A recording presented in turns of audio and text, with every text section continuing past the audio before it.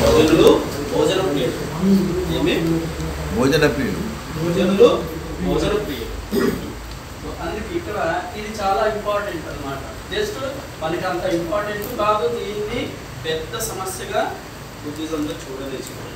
ఏ అంత పెద్ద సమస్యనే ఏమి జాతివాదంలో, క్యాస్ట్ సిస్టమ్, మనుషుల్లో భేదభావాలు బుద్ధిజంలో లేవు.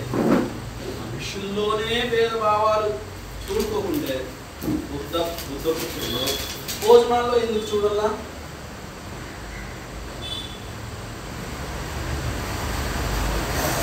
కదా సాధారణంగా మనుషుల్లో ఏ భేదభావం లేదు, మనుషులు మనుషుల్లాగే చూస్తుంది. తథాగత యొక్క శాసనం ఏమిటంటే మనిషి మనిషే, ప్రాణి ప్రాణే, అన్ని సకల జీవరాశులు భోజనాలు తింటాయి. అంతే, భోజనాలు అంతే. దానికి టైం టు టైం బుద్ధిస్టుని ఇదే ఒక కాంట్రవర్సరీ చేసి చేసి చేసి నలిపేసిన చాలా ఉన్నాయి. కానీ సింపుల్గా మనం అర్థం చేసుకోవాల్సింది ఏంటంటే న్యాచురల్గా భోజనంలో ఏ యొక్క భేదభావాలు లేవు. ఎట్లా దాన్ని మనము డిఫెన్స్గా తీసుకోవాలి? అఫెన్స్ ఏమో చేయం మనము, డిఫెన్సే అంతా మనకి సురక్షితంగా ఉండాలా. ఒక చిన్న అంతకుముందు రేపటి వరకు చిన్న ఒక టెక్నిక్ అన్నమాట. ఏమంటే ఒక చిన్న ఒక పొడుపుగా కలుపుతాను బలం, దాన్ని చెప్పి దాని ముందు పెడతాను. తండ్రి కొడుకు ఇద్దరు కలిసి నది ఒడ్డున నడుచుకుంటూ వెళ్తా అంటారు. వాళ్ళకిద్దరికి 2 రకాలైన పాదాలు కనపడతాయి. ఈ పాదాల గుర్తులు 2 రకాలైన పాదాల గుర్తులు, ఒకటి పెద్దవి, ఒకటి చిన్నవి. తండ్రి అంటాడు, ఇవి పెద్దవి ఉన్నాయే, పెద్ద పాదాల గుర్తులు. అది ఆ గుర్తులు ఆడవాళ్ళు అయితే ఆమె పెళ్లి కాలేదు అంటే ఈ పెద్ద గుర్తులు పాదాలున్న ఆమెను నేను పెళ్లి చేసుకుంటాను. ఎవరు? తండ్రి అంటాడు. అలాగే కొడుకు, నాన్న సరే మీరు చేసుకుంటారు, పెళ్లి చేసుకుంటారంటే ఈ చిన్న పాదాలు ఉంటాయే, ఈ చిన్న పాదాలు ఆడవాళ్ళు అయితే నేను పెళ్లి చేసుకుంటాను అంటారు.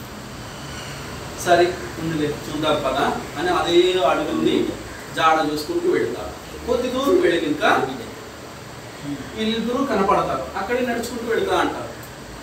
పెద్ద అడుగులు ఎవరంటే కూతురు.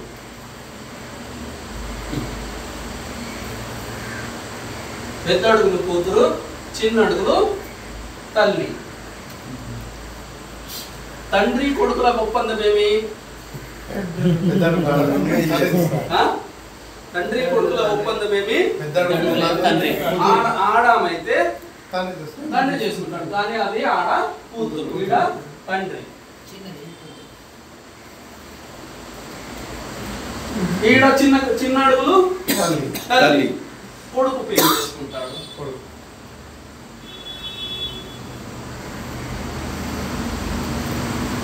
పెళ్ళైనా 1 సంవత్సరం అయిపోయా, 1 ఇయర్ అయిపోయా. 1 ఇయర్ అయిపోయిన తర్వాత ఈ 2 జంటలకి పిల్లలు పుడతారు. పిల్లలు పుట్టిన తర్వాత ఇప్పుడు మీకు ఈ సమస్యను మీరు పరిహరించాలా. ఈ జంటకు పుట్టిన పిల్లల్లో ఈ జంటకు పుట్టిన పిల్లల్ని ఏమంటారు?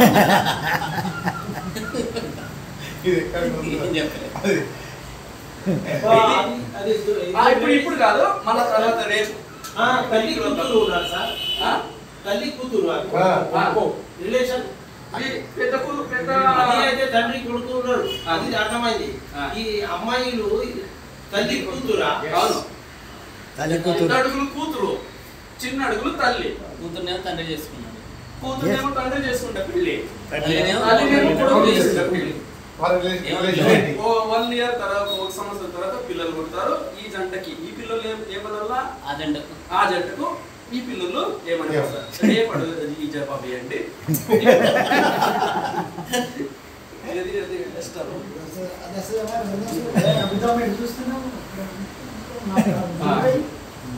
ఇప్పుడు ఇక్కడ రండి.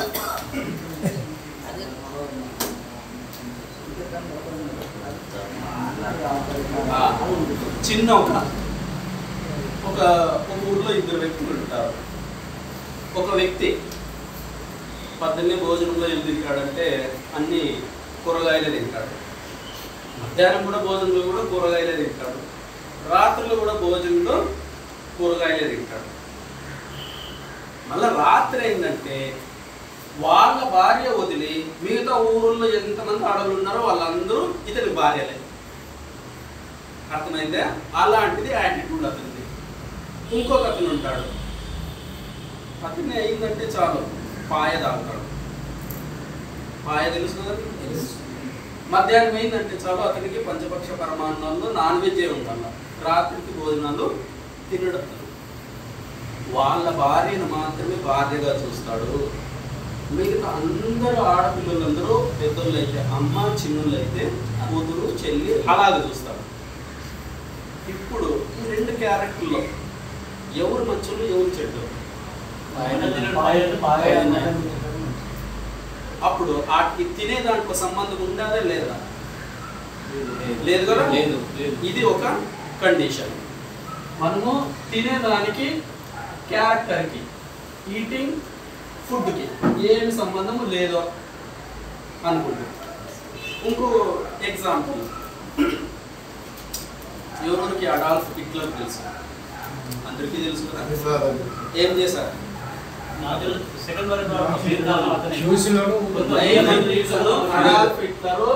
వరల్డ్ వార్ సెకండ్ కి రీజన్ ఏం చేశా? చాలా మంది యూదులని సంహారం చేసేసా. జాతీయ ఇది తెలుసు, అందరికీ తెలుసు. అతను తినే ఆహారం తెలుసా? అక్కడ కూడా మనకి ఏమాయా తిన్న ఆహారానికి చేసిన కార్యానికి ఏమి సంబంధం లేదు. అవును కదా? సో అలాంటప్పుడు ఇక్కడ తినే ఆహారానికి ధర్మానికి ఏం సంబంధం కదా? ఇది మనం మోడల్గా డిఫెన్స్ చేసుకునేటట్లయితే వ్యక్తి తినే ఆహారానికి మళ్ళా ఆ వ్యక్తి లక్షణాలకి ఏమి సంబంధం లేదు అని డిఫెన్స్ చేసుకోవచ్చు. మరి తథాగత బుద్ధ ఏమంటారు? తథాగత బుద్ధ మీట్ మచిలీ మాస్ ఆ విషయంలో ఏమంటారు? వచ్చా సమస్య అప్పుడే వచ్చా. సంఘం ఏర్పడింది, సంఘం బాగా డెవలప్ అయింది, సంఘంలో బాగా డెవలప్ అయింది. రకరకాలైన దేశాల నుంచి ప్రజలు వచ్చి సంఘంలోకి చేరుకున్నారు. బిక్కు సంఘంలోకి రకరకాలైన సంస్కృతి నుంచి, రకరకాలైన భాషల నుంచి, మాట్లాడే భాషల నుంచి, రకరకాలైన ప్రదేశాల నుంచి, ఎన్నో రకాలు, ఎన్నో దేశాలు, ఎన్నో సంస్కృతుల నుంచి మాట్లాడే వ్యక్తులు వచ్చి బిక్కు సంఘంలోకి వచ్చారు. బిక్కు సంఘంలోకి వచ్చారు. వాళ్ళు కొంతమంది అన్ని రకాలైన భోజనాలు తినేవాళ్ళు, అన్ని రకాలైన రకరకాలు. అప్పుడు దేవదత్త ఉంటాడు. బిక్కు దేవదత్త 10 రకాలైన కండిషన్స్ ఎత్తాడు. 10 రకాలైన కండిషన్స్ ఎత్తాడు. ఏమి? ఒక్కటి, ఉమెన్ స్త్రీని దానంగా తీసుకోమని సంఘానికి చెప్పాల, ఆర్డర్ అయ్యేలా. రెండోది ఏమి? బంగారు ఆభరణాలు దానంగా తీసుకోవాలా అనే ఆ యొక్క నియమాన్ని సంఘానికి పెట్టండి అనే ఒక రూల్స్ పెట్టాడు. మళ్ళా భూమిని దానంగా తీసుకోవాలా అనే ఇట్లా ఎన్నో రకాలైన నియమాలు ఒక లిస్ట్ చేస్తాడు. దాంట్లోనే ఇది మీట్ మచిలీ మాంస్, సంఘానికి తినకూడదు అనే ఒక నియమాన్ని ఇతను లిస్ట్ చేస్తాడు. ఎవరు? దేవదత్త లిస్ట్ చేసి ఈ లిస్ట్కి సపోర్ట్గా బిక్కు సంఘంలో అర్థము, బిక్కు సంఘాన్ని అతను సపోర్ట్గా తీసుకుంటాడు. సంఘాదిశేష సంఘాన్ని విడగొట్టేశారు. ఏ విషయమో ఈ లిస్ట్ పెట్టి ఈ లిస్ట్కి మీరు సపోర్ట్ చేయండి రా అని సంఘాన్ని అతని వైపు అర్ధాంతరంగ సంఘాన్ని అతని వైపు సపోర్ట్ చేసుకునే దానికి పిలిపించుకుంది. అప్పుడు దేవదత్త ఈ అన్ని కండిషన్లు వేసినప్పుడు తథాగత బుద్ధ తెలిసిపోయారు. సంఘాన్ని విడగొడతా అంటాడు దేవదత్త. బిక్కు దేవదత్త సంఘాన్ని 2 భాగాలుగా చేస్తున్నాడు కొన్ని విషయాలు. అప్పుడు తథాగత బుద్ధ దగ్గరికి ఆ విషయం చూస్తారు, ఈ సంఘాన్ని అంతా పిల్లండి, ఈ విషయాన్ని చర్చిద్దాము అన్నప్పుడు తథాగత బుద్ధ సంఘం ముందు ఇదే చెప్పింది. మొదటిది స్త్రీని దానంగా తీసుకోకూడదు అనేసి తథాగత. అప్పట్లో స్త్రీని స్లేవ్స్గా అమ్మేవాళ్ళు మార్కెట్లో. ఇప్పుడు ఎలా మనము ఆ కూరగాయలు ఇంకేమేమో చిన్న చిన్న పదార్థాలు అన్ని మార్కెట్లో అమ్ముతామో అలా స్త్రీల్ని మార్కెట్లో అమ్మేవాళ్ళు. బ్రాహ్మిన్స్ బాగా ఎక్కువగా కొనుక్కుండేవాళ్ళు తక్కువ రేట్కి.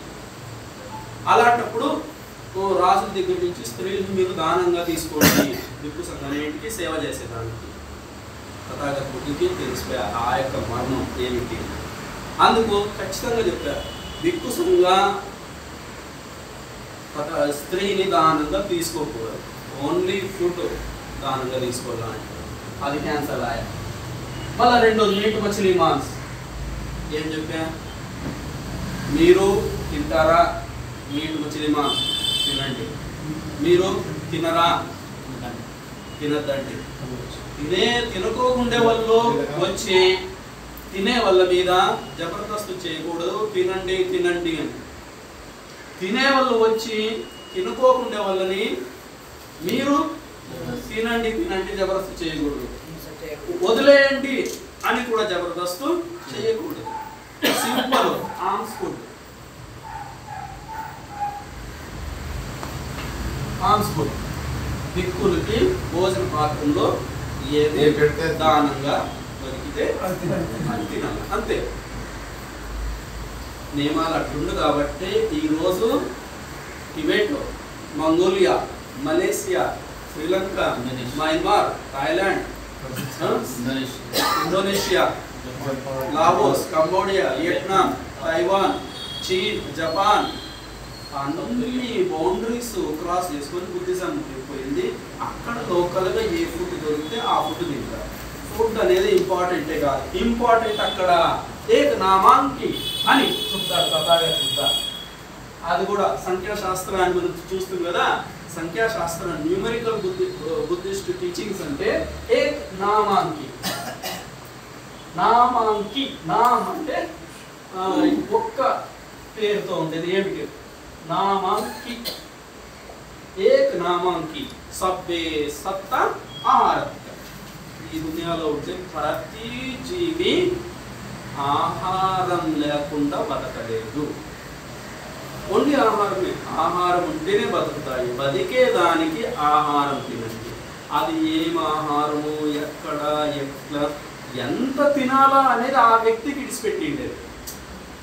అతను అంత తింటాడు ఇంత తింటాడు. ఈ ఉపాసకులు ఉండే కెపాసిటీ వేరు, బంధువులకు ఉండే కెపాసిటీ వేరు. 4 రొట్టెలు తినొచ్చు, 8 రొట్టెలు తినొచ్చు, 16 రొట్టెలు తినొచ్చు, ఎన్నైనా తినొచ్చు. కానీ ఇదే తినల్లా, ఇదే తినకూడదు అనే కండిషన్స్ సమయానికి, సందర్భానికి అనుగుణంగా ఉంటుంది. ఆ ప్రదేశానికి కూడా అనుగుణంగా ఉంటుంది. ఏకనామాకి అంటే బతికేదానికి మాత్రమే తినాలి. బతికేది కూడా శుద్ధ చెప్పుకుంటాము తినేటప్పుడు. ఏమి ఆహార పచ్చవే కానా అంటారు దాన్ని. మేము తినేదానికి ఆ యొక్క ఆహారాన్ని తినేటప్పుడు ఉపాసకులను పిలిచి చేతిలో ఇవ్వండి. ఇప్పుడు మీరు కూడా ఉపాసకులు పండితులకి భోజనం ఇచ్చేటప్పుడు ఖచ్చితంగా ఎవరైనా ఒకరు వచ్చి చేతుల్లోకి ఇవ్వండి. ఇక్కడ 3 రోజులు ఉన్నంత వరకు. అప్పుడు మీరు ఇచ్చినట్లు దానం తీసుకున్నట్లు మేము యొక్క సింబాలిక్గా మళ్ళీ మేము చెప్తాము. పచ్చవెక్కాను పటి సంకాయ నిజోపిట పాకం పటి సేవాని దేవరవాయన అన్నదాయన మందరాయన భూసరాయ దేవు అంటే ఇది ఎంత శుద్ధ ఒక ఆహార పచ్చవెక్కాను. అక్కడ సారాంశం ఏమంటే మేము బతికి ఉండేదానికి మాత్రమే ఈ ఆహారాన్ని తీసుకుంటున్నాము. మా యొక్క శరీరాన్ని పైల్మాన్ లాగా ఖండాలు పెంచేదానికి మేము తీసుకోలేదు, సౌందర్యాన్ని పెంచేదానికి మేము తీసుకోలేదు. ఈ యొక్క దేహాన్ని బతుకుంటే అంతవరకు నడిపించేదానికి మేము ఈ యొక్క ఆహారాన్ని తీసుకుంటున్నాము అని ఆ యొక్క సూక్తాన్ని చెప్పుకొని తింటామన్నమాట. ఇంకా అదే అనుకోండి, ఉపాసకులు కూడా అదే వర్తిస్తుంది అనుకోండి. ఏం ఆహారం తింటాన్నాము అనే దానికన్నా ఎందుకు తింటాన్నాము అని ఉద్దేశం తెలుసుకోవాలి అసలు. ఇది ఆహారం మీద ఉన్న సబ్బే సత్త ఆహారతిక. ఎన్ని పదాలు? సబ్బే సత్త ఆహారతిక. ఇది ఏక నామాంకినో. మన యొక్క ప్రతిరోజు 11 వర్డుల్లో ఈ వర్డ్ని వేసుకోండి. ఏక నామాంకి అంటే సబ్బే సత్త ఆహారతిక. ప్రతి జీవి